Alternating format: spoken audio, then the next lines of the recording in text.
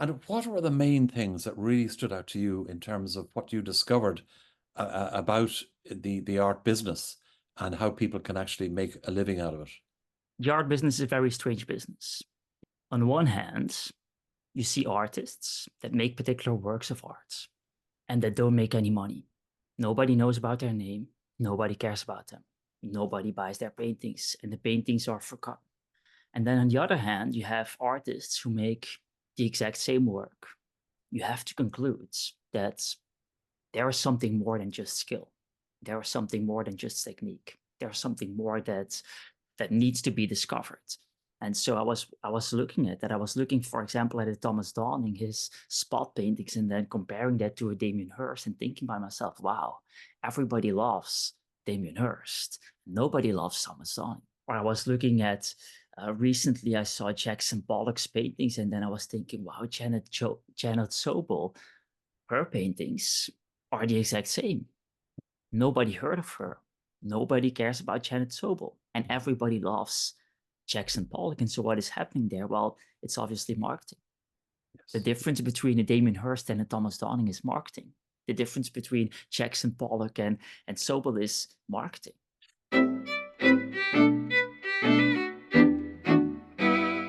Well, good morning, everybody, and welcome to The Art as Well. We have a very special feature this time for you because firstly, he's not Irish, and secondly, not only is he an artist, but he's also into art education. And that's how I came across him on YouTube, on his YouTube channel. And in that, he teaches artists how to succeed in the business of art. And it's an area that I really feel, the universities haven't, or the colleges, art colleges, haven't really grabbed and done a very good job on, because at the end of the day, it is a business and they are self-employed people and they need that type of education to get on in the world of art. So I'm delighted to welcome Dries Ketels with us today. And Dries is from Brussels in Belgium. And so let's go straight over to him and say good morning to you. How are you, Dries? Thank you for having me, Alan. I'm All right. fine. Good Yeah, morning to pleasure. you as well. So listen, tell us a bit about this because not many people will know who you are, but they will by the end of this. So tell us a bit about your life in terms of how you developed into, an art educator from being an artist. Yeah, so you actually hit the nail on the head right away. As an artist myself, I was going to the university and I was learning and hoping that I would learn how to become an artist. And what I was confronted with was education around arts from an aesthetics perspective, from an art movements perspective, learning about all the artists and how they made their work and what work they made. And at the end of that, I was still at the same position that I started at. I had no clue how to become an artist. I had no clue how to actually turn this into a business and sell and make money. Mm. And so, what do you do in a situation like that? Well, I started to grab towards books. I started to read the autobiographies of artists, and I came across the same thing. Nobody was talking about our business. Nobody was explaining how these people are making money. And sometimes you kind of see how it happens. They come from a wealthy family. They have all the money in the world. They don't have to make money for 10 years straight, and then it becomes very easy for them. Mm. But that Yes. was not my reality. And so as I was struggling myself, I started to realize, hey, wait a minute, I am struggling, but all these other artists are also struggling. And every time I went for group exhibitions in other parts of the world, I saw the same struggles. Everybody was struggling with this. And not just the artists, but also all of the galleries. Everybody was struggling with this. If you look at, for example, the Martin Strash Gallery reports, 55% of galleries are making less than 200K in revenue a year with 2 employees. So if you calculate everything, employees, advertisement, rent for the building, all of that stuff, they are not making any No. profit. Nobody is making People profit. give out about galleries because they're taking 50% commission. Exactly. But in fact, they need to make at least that. Exactly. They have Yeah. no money. And so what do you then get? Well, you get galleries, hopefully, that take 50% and do some marketing for artists and try to do the best for them. In the worst case scenario, you have galleries that sell art and don't notify the artist, sell art and never give the money to the artist, sell art and struggle to get by and want to give money, but they can't because they have to pay the rent, they have to pay all of their promises that they made prior, and you get these relationships that are all crooked up and that don't work. And Yes. so I was starting to see the underbelly of the art worlds, and then I decided to, yeah, first of all, COVID happened. So suddenly all of the exhibitions fell away. I didn't have any exhibitions anymore because you couldn't have exhibitions anywhere in the world. And Mm. so then I started to do this whole YouTube thing seriously and started to educate as well online, um, So from my own in a sense, experience. you were educating yourself, weren't you? Exactly, Yeah. 100%. Yes. It's true education that you also learn, and so I realized that for me, the best way to learn for me is Mm. through doing and teaching Yes. and creating with the things that I'm learning and creating as I go along. And so I was definitely teaching myself while I was teaching others for sure. Yeah, Okay. But you're also continuing with your art practice itself. correct. Yeah. So at this stage, is it a sort of a 50-50 practice for you that it's 50% art, 50% education, or So is one growing? at this stage, at the starting point, there was no the first couple of years for the teaching side, there was no income whatsoever. The first 2 years or something, there was nothing on YouTube. There was no AdSense. There was also no course that I developed. It was just a passion project, where I wanted to learn how to communicate, where I wanted to learn how to um, use social media in a value-driven way, and and a backup plan for, okay, there will be times where the art world falls apart, where there is COVID or something else, Mm. and exhibitions don't work anymore. And if you don't have a backup plan, then you're not a professional. And okay, Dries, now you're young and you have no real responsibility. There's no child, there's no wife, there is no nothing. But at some point, that is not going to be the case. And so, Yes. what are you going to do then? You start thinking about those things. And for me, this was a nice backup plan. And so both out of necessity, realizing that during the COVID world, that was kind of the only option, with an eye on the future where it might become lucrative. Yeah. Yeah. So what was COVID the turning point for you in that sense? Because that's interesting. Because if it is, it was very much the same with me. I took a Mm. different direction, totally by mistake, but all, to do with trying to educate myself. It's never one moment in time. You know that as well as Mm. I. You think about things, you develop things, you have thoughts, you go in particular directions, you have particular experiences, and then all of that 1, 2, 3 years of whatever Mhm. comes together in a very brief moment in time where you make a shift, a direction shift. And for me, that was COVID for sure. Yeah. Yeah. Forced, but it was something that was lingering on. Before that, I also made some courses on online course platforms, and so I was familiar with the course concept. I was familiar with editing. I had already a setup before I started that, and and so there was some small trials and errors in that direction. But then COVID solidified everything. Okay. And what were the main things that really stood out to you in terms of what you discovered about the art business and how people can actually make a living out of it? So the art business is a very strange business because on one hand, you see artists that make particular works of art and that don't make any money. Nobody knows about their name. Nobody cares about them. Nobody buys their paintings, and the paintings are forgotten. And then on the other hand, you have artists who make the exact same work, the exact same composition, the exact same colors, the exact same everything, and they get all of the fame in the world. They get all of the money in the world. They get all of the girls in the world. They get everything that they want in the world. And so, as you are seeing that, you have to conclude that there is something more than just skill. There is something more than just technique. There's something more that needs to be discovered. And so I was looking at that. I was looking, for example, at a Thomas Downing, his spot paintings, and then comparing that to a Damien Hirst and thinking by myself, wow, everybody loves Damien Hirst. Nobody loves Thomas Downing. Or I was looking at recently I saw Jackson Pollock's paintings, and then I was thinking, wow, Janet Sobel, her paintings are the exact same. Nobody heard of her. Nobody cares about Janet Sobel. Nobody has those paintings in there, but nobody knows that. And everybody loves Jackson Pollock. And so what is happening there? Well, it's obviously marketing. The Yes. difference between a Damien Hirst and a Thomas Downing is marketing. The difference between Jackson Pollock and Sobel is marketing. But are they doing their own marketing, Dries, or you know, do they have somebody doing that for them, do you think? Well, they most certainly have people doing that for them. Yeah. They most certainly have people that are invested and have vested interests in their success for sure.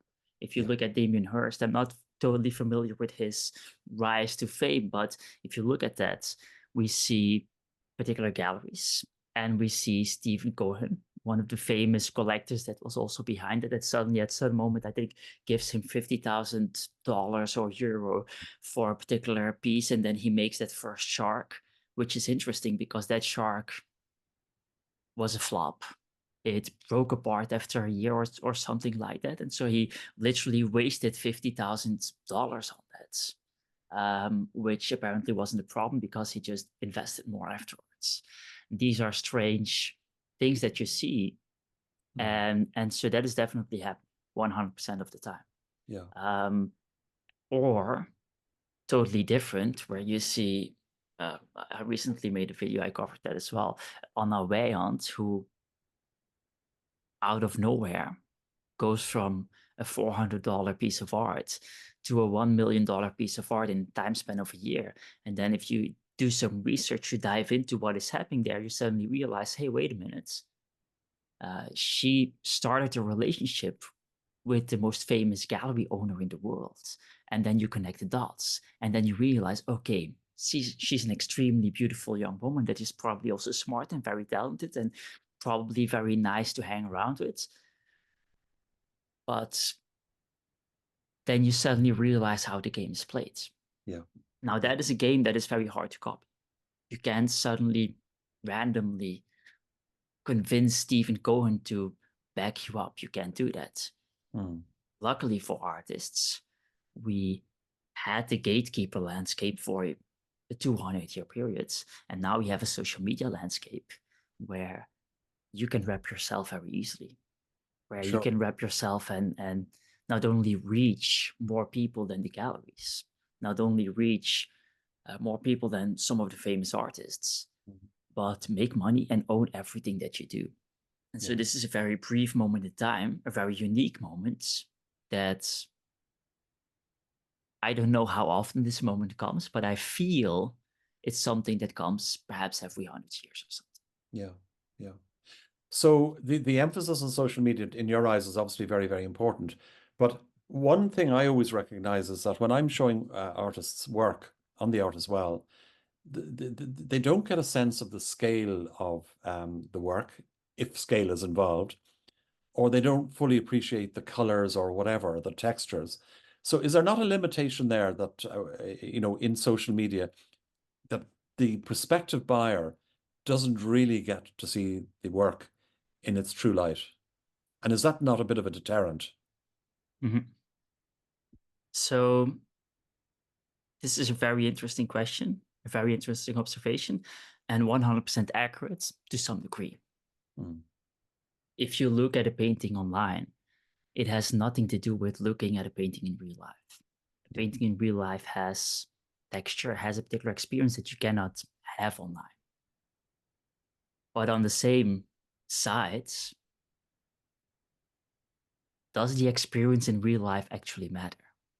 If we look at, for example, Art Basel, sure, you have probably 1 million people that go there every year to watch the paintings in real life because that experience in real life matters to them. And that experience in real life cannot be replaced by TikTok. But the people who go there are not the people that the galleries care about because all of the paintings and everything that happens from a business side already happened before the opening. Everything is already done. The best paintings have already been sold. The best paintings have been shown, or Mm. most of the times have not been shown. Really? When Yeah. Larry Gagosian calls his collectors and says, hey, we have this new painting of this new painter available, the collectors, they don't care. They don't see the painting. They just decide to buy it instantly on the phone. Yeah. And so these collectors, these top level people that everybody cares about and everybody looks at, these people, they don't care about the experience. And so we have these two split up art worlds where we as artists, we care about that deeply. Everything in our lives evolves around that experience, and we are constantly making art and interacting with the canvas. And so we know this experience very well. But then if you look at the upper echelon of the art world, nobody cares about this.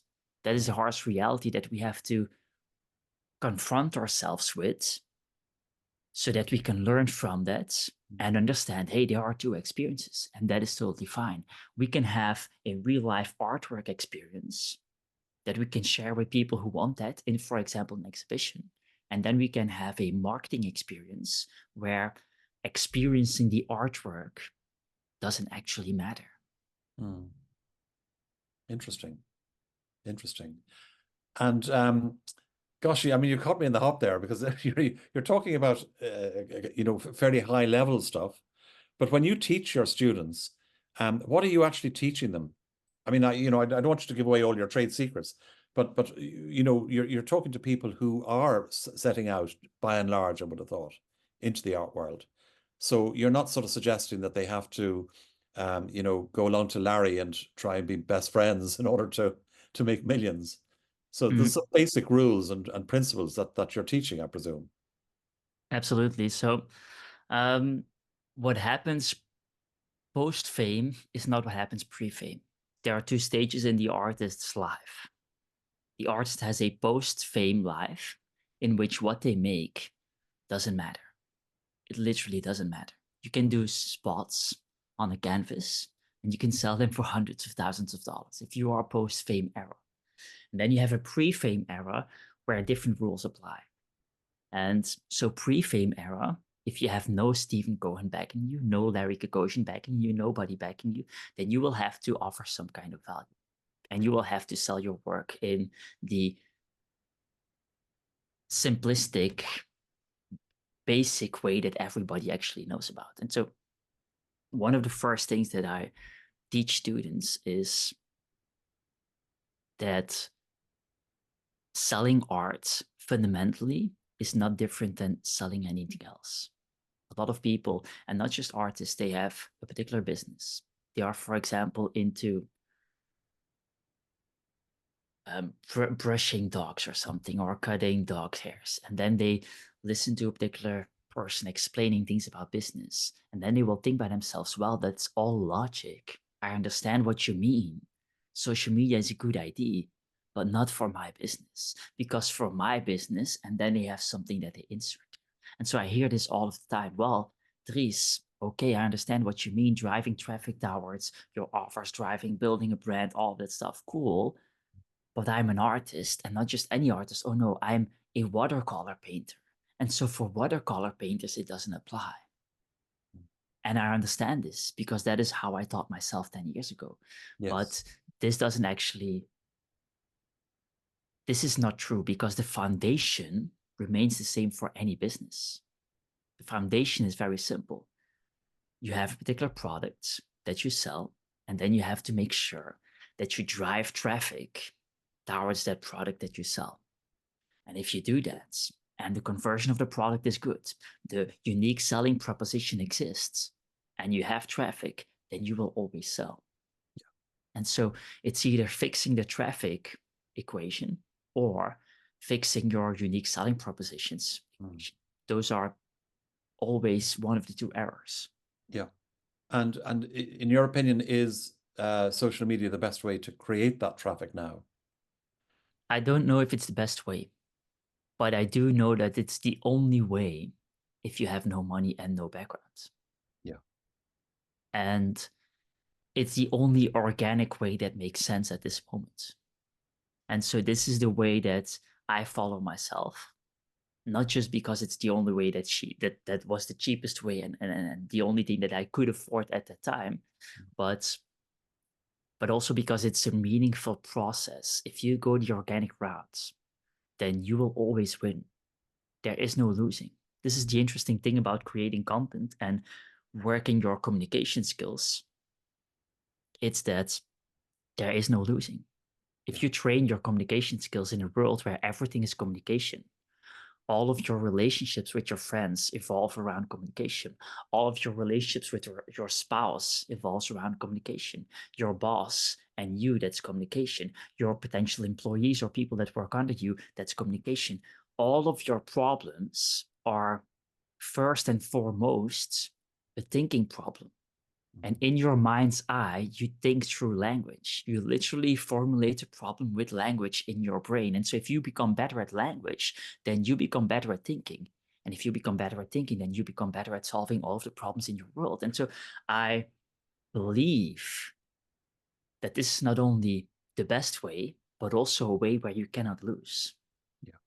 Even in the worst case scenario, and you end up with 2,000 followers after 4 years of trying, if you actually tried and improved yourself, then you will probably learn more doing that than in most of the jobs out there. Yes. Yes. I think there's a sort of an age thing as well. You know, a lot of people that would follow the art as well are of an age where social media is really not something that they're very comfortable with. And I think part of that is that there would have been a sort of a feeling years ago amongst the older generation that the idea of telling too much about yourself on a personal level was a bit of a no-go area, and it sort of killed the mystique of the artist. Whereas now that seems to be the opposite. The same, by the way, was true of music, and I know that for a fact that very often musicians were kept aloof from their public Mm-hmm. because that held a certain mystique about them. Whereas if they all know what we're having for breakfast, um, that kind of creates a different impression, obviously. Do Mm-hmm. you have a view on that? No, it's definitely something that's very interesting. I'm not too familiar with that, Hmm. but I've seen that a lot as well. I think the Marilyn Monroe style of marketing is say the least amount possible and make sure that the viewer makes up everything in their minds. I think Yes. that's a very Yeah. powerful way. I think it might even be the most powerful approach to create real famous brands Hmm. and works probably better in terms of creating fame. But within that umbrella, you have two elements. You have fame. How many people do you know, or how many people know you? And then you have connection. Yeah. And connection is something that was not tackled with that old approach. If you look at these top Hollywood movie stars, most people know them. But if you then look at somebody that is 100 times less famous, 100 times less people know them, Mhm. and both of them walk on the streets, what is going to happen is that people will be very impressed by the Hollywood star, and will they will want a picture with the Hollywood star, Mhm. but they will want to thank the person that is 100 times less famous but has that connection a thousand Yeah. times more. And you Yes. will see that the people will literally go to those YouTube and these or Twitch streamers that stream for 2-3 hours straight, and then they will say, "Wow, thank you for saving my life." You Mhm. will not hear anybody say that about some of these top Hollywood stars because they haven't saved their lives. The relationship is completely different there, and so I think that is the mindset that artists should develop. Mhm. It's going to be very hard, especially now that it's already a little bit saturated. It's going to be hard to win the fame game Yeah. because people with bigger pockets can still just win that game and put advertisement dollars there. Mhm. But winning the relationship game is always skill Yeah. and it's always value oriented. If Mhm. you simply bring in more value for the other person's life, then it's done. You Yeah. win. Yeah. No matter what the algorithm is, no matter what the new tools are of that time. And you brought something very interesting up there. The older generation, people in their 50s, they look at that new thing and they think by themselves, wow, this is something that I don't know anything about. I Mhm. don't know anything about editing. I don't know anything about the YouTube platform or the Facebook platform. But they have these developed intuitions that are much more powerful than the 16-year-old's developed intuition. The 16-year-old wants to play the fame game. They just want the numbers. They Yes. just want the most amount of likes. They just want the most amount of views. Somebody who's 45 doesn't actually care about it. Mm. They care about value. They care about, hey, how can I make something that helps the other person out? And that is inherently way more powerful to create relationship, to create that other type of fame that's less famous but more powerful. Yeah, no, that's Um, interesting, Dries. It's very interesting because I remember one collector who follows the art as well said to me that the sort of the way I interview people, which is very, as I mentioned to you earlier, is very much more about the person as much as it is about the art, that it makes art accessible, or at least that artist's art accessible to the collector, because they're dealing with a real human being. mhm, So, your point about relationships and building relationships, I can see that being of great value. Yeah. mhm. Tell me, have you a view on the whole business of brand, creating a brand as an artist? So this is a very interesting concept because if we go 50 years back, we live in a world where everything becomes very corporate. And the thing that is something that people want to achieve is a corporate level structure. They want to become part of a Facebook of the time, or a Google of the time, or a Microsoft of the time, or a Honda of the time, and get a real position there. And so this is something that runs through the zeitgeist of that time. Mhm. And personal brands, for as far as I know, was not really a thing at all. And the companies also didn't have personal brands. There was no, like, people didn't knew the people behind the companies. And then we saw some success stories with, for example, Steve Jobs that was very much in the picture. And a Steve Jobs that had these advertisements where he compares himself to Gandhi and stuff, like Mm. great figures. And he's building this personal brand, and everybody's like, wow, who is this guy? And lo and behold, it works. Yes. Yes. Apple becomes massive.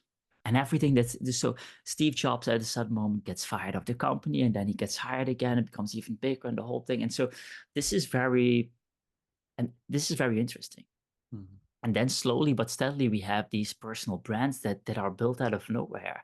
And it all seems to work tremendously well. And we see business people also changing their mind. For example, at some point, Elon Musk, there's this one interview I saw where he's talking with some marketing genius, and the marketing genius explaining him things about personal brand and stuff like that. And Elon's like, yeah, I'm not going to do that. I'm going to just build the best product, and that's going to work just fine. Now, 10 years later, Elon Musk has a personal brand. And not just that, he also bought Twitter. And Yeah. so he definitely changed his mind on that. And you see people slowly evolving from a very corporate, what you were referring to, mysterious thing, like who is the leader, who is this, we don't know anything about this. This is a very dry type of marketing, Mhm. to personal brands being built. And so I think we enter an era where personal brands are extremely powerful. And Mr. Beast, that is out of nowhere outperforming the biggest companies in the world Mm. based off of a personal brand in a matter of years. He has no chocolate company. Then the chocolate companies are some of the biggest food corporations in the world. Or like, you have these food corporations, and then suddenly Mr. Beast comes along with a chocolate brand, and 2 years later, he's all the way up there. Yeah. And there is no advertisement budget. It's just the videos and it's just the personal brand. So we see this insanely unrealistic things that would usually take 20 years to even get up there and fight with these companies. And now that happens without advertisement budgets. Okay, the channel is of course something massive, and you could see that as an advertisement budget, but it's organic. Yeah. So this is very powerful, and this is definitely something that I teach, and something that I believe in, and Mm. something that the artist has natural advantages in, because the artist is very personal. Everything about the art world is or everything about creation Mm. is all about expression, and all about finding the personal in commerce. What artists do is something that is in the realm of the world of business very personal inherently. Instead of making one object and then selling it 1,000 times, they make a new object every time they sell the object. That is insane if you think about it, but it's extremely personal and leans itself to that personal brand development. Yeah. Okay. So we've talked about product, we've talked about promotion. What about price? I know you have certain views on how you should price your work. When it comes to pricing, it's very interesting because you have several stages. The first stage is you can't price it properly. And with that, I mean you can't possibly charge what it is worth. You spend a crazy amount of time making your painting, and nobody will want to buy it for the price point that would make sense to sell it at. Hmm. And so this is stage one. There are a lot of people who would suggest that at this stage, you sell it cheaply and you just get that early victory. I don't believe in that. I think that working 100 hours on something and then selling it for 20 bucks is complete and utter bullshit. I think that that is shooting yourself in the foot and causing a lot of pain within your soul that you should just not do. This is very painful. Working 100 hours and selling it for $20 or $50 or $100 even. $100, that's $1 an hour. You can't do that if you live in Australia. You can't do that if you live in America. And so in these early times, I would just understand that selling it at a decent price point is simply not going to happen. And it's not something that you have to do. And it's not something that would be worried about. And so the first rule of pricing for me is the resentment rule, where you price it at a price point that you wouldn't feel pain if you sell it. That is rule number one. If you are hurt when you are selling a painting and you're developing a habit around feeling pain every time you sell something, guess what? You will soon not sell anything. And so the human body will evolve in order to protect itself and protect itself from that pain. I wouldn't recommend that. And so for those people, sell prints, sell something cheap, sell mugs, sell whatever you need to sell that is not artistic or it's not fine art enough. I mean, who decides that it's fine art?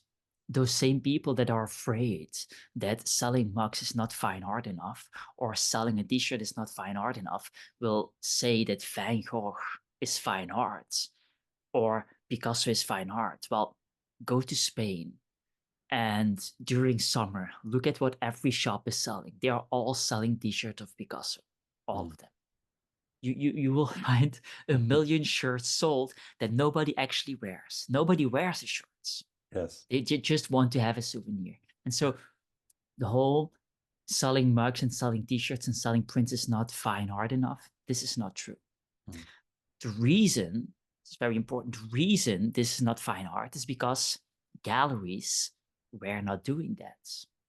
Now, the reason galleries were not doing that has nothing to do with the fine art aspect. It has everything to do with the gallery business model, which is go to high-end people, so very narrow reach with, and the level of people that you reach are very wealthy.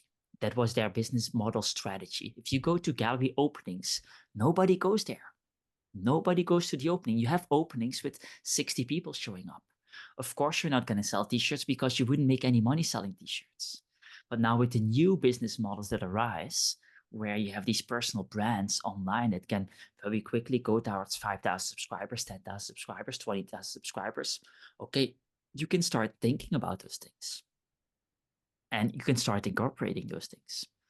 And so if the galleries would have a better business model, which would be, by the way, YouTube, and they would reach a lot of people, then they would also start doing that. And so in that world, selling t-shirts would also be considered fine art. And so all of these things are very subjective and they're all based on top of feasibility within business practices. Meaning, in the art world, everybody will follow the following two things: the galleries, the collectors, the musea, the artists, everyone. They will all follow attention and money. And so t-shirts are not fine art until they are fine art, until there is enough attention to turn it into fine art. And Yes. so Yeah. when it comes to pricing, this is what I would recommend people to all the way in the beginning, when they have a pricing problem, to price the originals high, knowing that they will not sell it, and focus on the prints and the cheaper models that will sell. Interesting. Interesting. Am I right that I heard a story that you told? I don't know whether it was about you or another artist, where somebody put up the wrong price on a work. All the other prices of their work was fine, but they made a mistake on the decimal point, and instead of putting 200, they put 2,000 or something. Does Yeah. that ring a bell with you? Yes, that's something that I experienced myself. So Yeah. at some point I went to London to show during a particular art fair, and the other art fair, in fact. And I was there with a friend of mine that would help me with the setup and all of that stuff. And so I arrived there. This is a big investment for me at the time. I think this booth was 3,000 euros, something. I think I paid 2,500 pounds or something, whatever. And then the transportation costs, hiring a car, the expense of staying there. This was a big investment for me. So for me, it was an all or nothing scenario. You either make this work, or you will have a big problem, and you will have to kind of confront yourself with the fact that this is just not feasible, that this is not working. And so I arrived at the fair earlier. We tried to set everything up. I think I counted 5 hours extra or something. Of course, my calculations were wrong.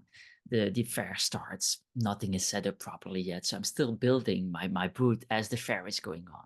Anyway, after hard work, I go and make rounds, and I say to the assistant, which is nothing more than a friend, I say to her to price a particular work that a test piece that I brought with me, to price it at $500.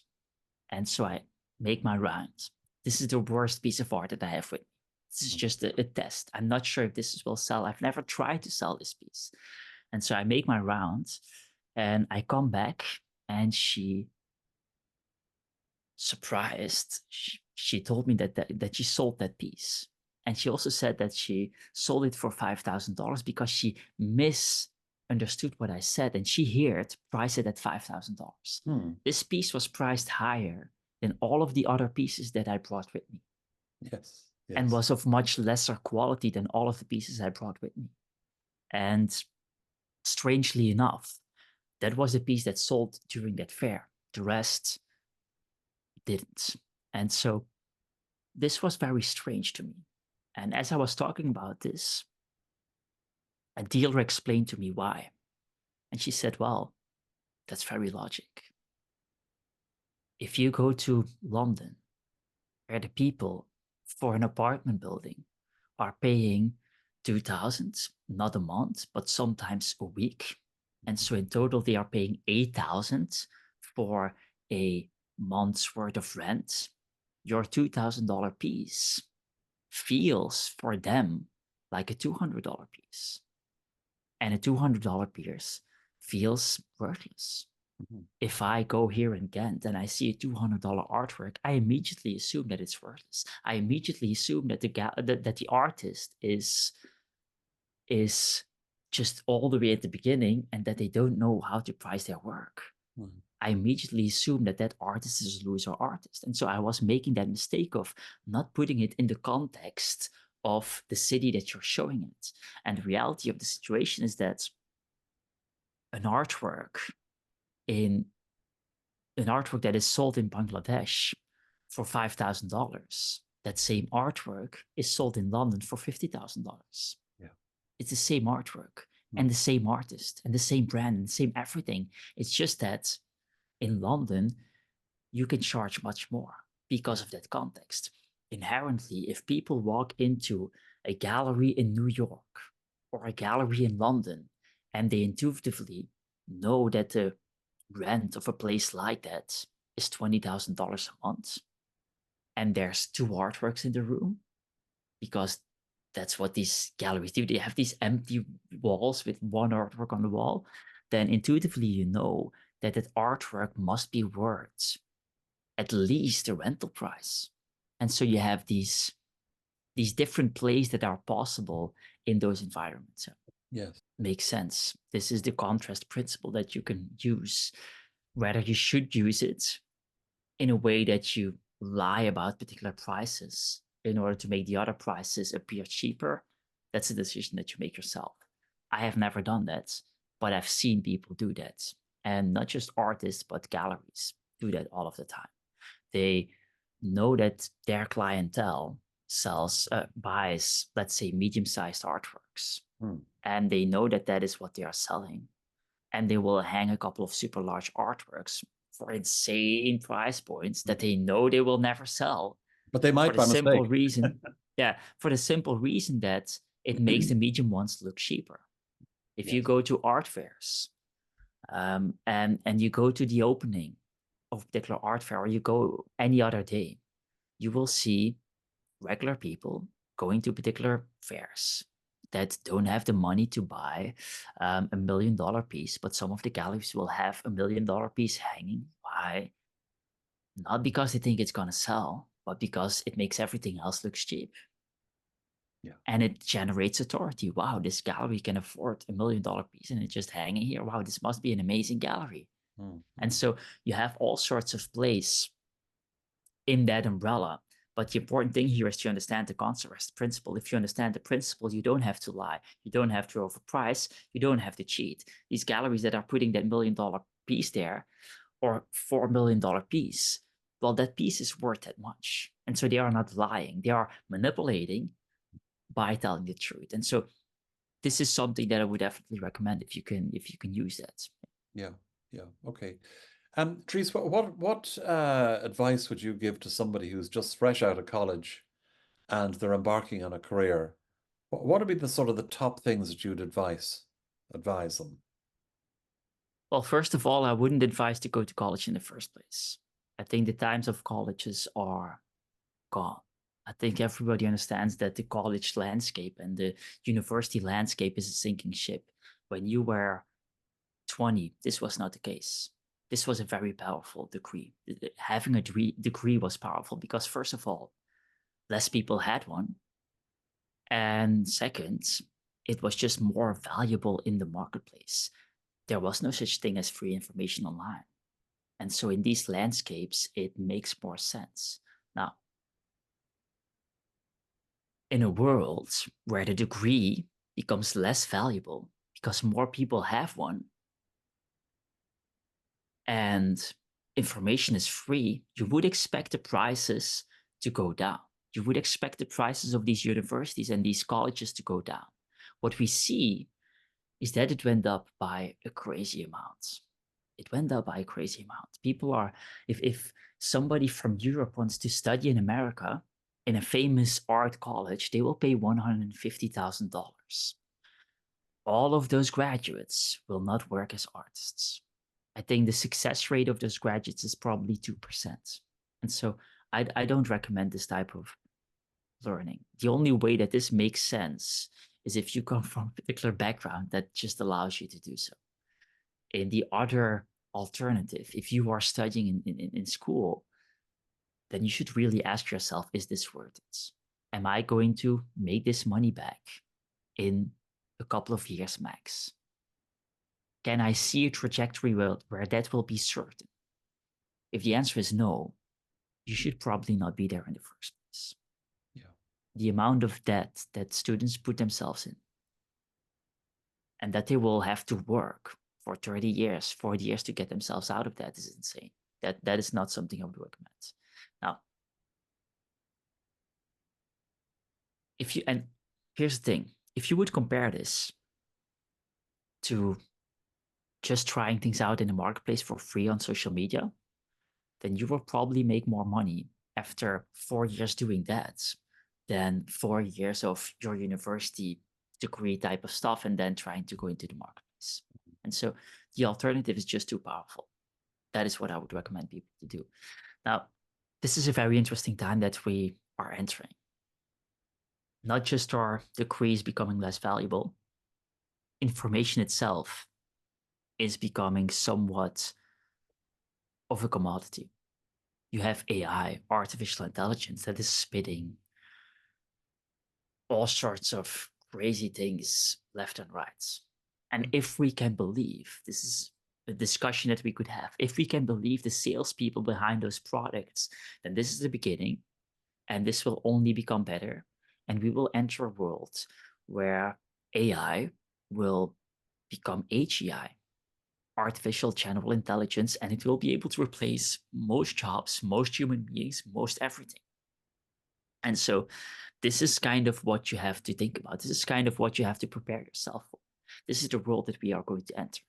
People who don't prepare themselves for that will be replaced. They will become slaves. They will literally have no value in the marketplace. And the word that we have for people who have no valuable aspects in the marketplace is slavery. That's what it has been historically. And so, how does that world look like? This is a question that I'm asking myself. And when you want to predict the future, you have to realize that you can't. Nobody can predict the future. We have to look at the past to see what that future will look like. And so the past that I can look at that comes closest to that future is probably the world of chess. In the world of chess, AI already hit 20 years ago. AI computers were better than chess players and beat the best chess players in the world 20 years ago. And everybody started to become afraid. Everybody in the chess world started to go nuts. Wow, this is the end of the game. It's over. Who is going to watch chess now? Nobody. It's game over. And what happens? Now, 20 years later, chess is bigger than it has ever been before in the whole history of chess. And what do we see? Well, yes, Stockfish is better than chess players and Leela is better than chess players, but nobody watches them. They all watch Magnus Carlsen play. Why are they watching Magnus Carlsen play? Well, this goes back to the early question in this conversation. They are watching because they have a personal relationship with Magnus Carlsen. Yeah. They have a personal relationship. They recognize their own humanity in Magnus Carlsen, and they don't recognize that in some random bot. And sometimes, this is very interesting, sometimes we see people watch a robot against a robot. Levi Rosman, for example, is one of those YouTubers who features that. But what are they actually watching in that moment? They are watching Levi Rosman giving commentary on those two robots. They are actually watching a human being. They are Yeah. not watching the game that is being played. Because I, for example, as a chess lover, I would not understand the game of the two robots. I need Levi Rosman to be able to understand it. I need him to explain it. And so this is the world where we are going into, a world where making art and the ability to make art will become even less important than it is today. The ability to write, the ability to have information, the ability to generate will become less important if we can believe the AGI promises. And the ability to connect with human beings will become more and more important. And so I am not afraid that AI will replace writers. I'm not afraid that AI will replace artists. I'm not afraid that AI will replace anything because I know that whatever happens in any live setting or any live virtual setting, live Q&As or live YouTube or live whatever, I will still be able to just be myself and have that personal connection and win in that route. And so that is what I would recommend people. How can I invest time and effort in skills that generate personal connection, that generate human connection? Because no matter what tools we create, no matter how powerful AI becomes, human connection will never be able to be replaced. That's very, very interesting and very profound, and really is a stimulant to look at what we're doing in terms of art and how it communicates as well. That's interesting because I was chatting to a guy only yesterday about he's a chess player, a very good chess player, and I was saying, what's it like with all these robots playing? And he said, well, he said it's just great practice because you can choose a level and try and beat that. So in other words, they're not super clever. You can say, I don't want you to be that clever. I want you to be level 4. And then you see if you can beat level 4, and then you see if you can beat level 5 without embarrassing yourself by playing somebody who's ridiculously good and you're not. But eventually, through robots and through AI, you will become a little bit better and be able to face the personal challenge. Exactly. I think that's exactly right. So look, let's end, Dries, by saying, or by asking you to inform us about the sort of courses that you do. So yeah, the program that I developed is exactly what I said. It's all about communication, about marketing, about finding your unique selling proposition, about building news banks, as I call them, about learning how to communicate in that digital landscape. What they get is course material, live Q&A sections where you can ask me questions, and then a community section where you can learn from other human beings, because of the simple reason that you are only as good as the 5 best friends that you hang around with. And so hanging around other professionals that are making money in the art world, that are doing things, that are working today, is extremely powerful. And Yeah, so that's it. very good. Well, we're going to leave all your contact details below the video, and anything that you'd like to include in that, we will put that in as well. So, Dries, thank you so much for your time today. I really appreciate it, and you've given a very interesting and a very fresh perspective on the whole business, and I think people will learn a lot from that. And I do appreciate your time. Thank you. Thank you for having me, and I think you're doing a great job. You're helping people out. You're sharing your knowledge, and I think that is what we need more of in the art world for sure. Thank you. Great. Thank you very much.